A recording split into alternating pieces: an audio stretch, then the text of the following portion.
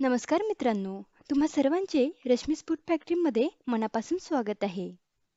मित्रांनो, आज आपण डाळ तांदूळाचे अप्पे बनवणार आहोत. इथे माझ्याकडे 2 कप भरून इडलीचं बॅटर बाकी होतं.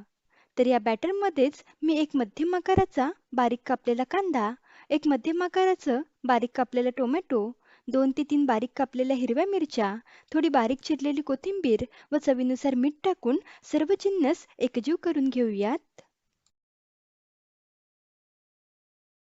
सर्व जिन्नस छान एकजीव झाले आहेत. आता इथे मी गॅसवर अप्पे पॅन गरम करायला ठेवलेला आहे. त्यामध्ये अगदी थोडं थोडं तेल टाकूयात.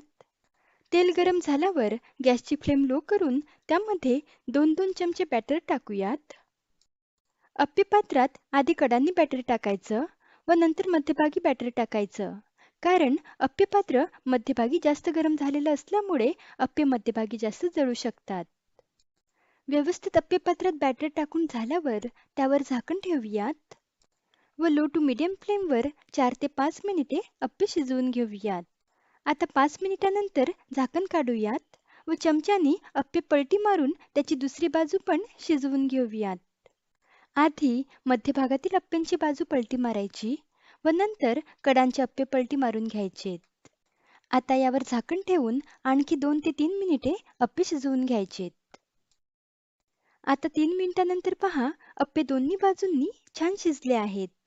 ते एका प्लेटमध्ये काढून घेऊयात व अशाच प्रकारे बाकी राहिलेले अप्पे सुद्धा बनवून घेऊयात. मस्त चविष्ट व रुचकर असे डाळ तांदूळाचे अप्पे टोमॅटो केचप सोबत सर्व करा. चवीला अप्रतिम लागतात. लवकरच भेटूयात अशाच एका रुचकर रेसिपी सोबत. तोपर्यंत धन्यवाद.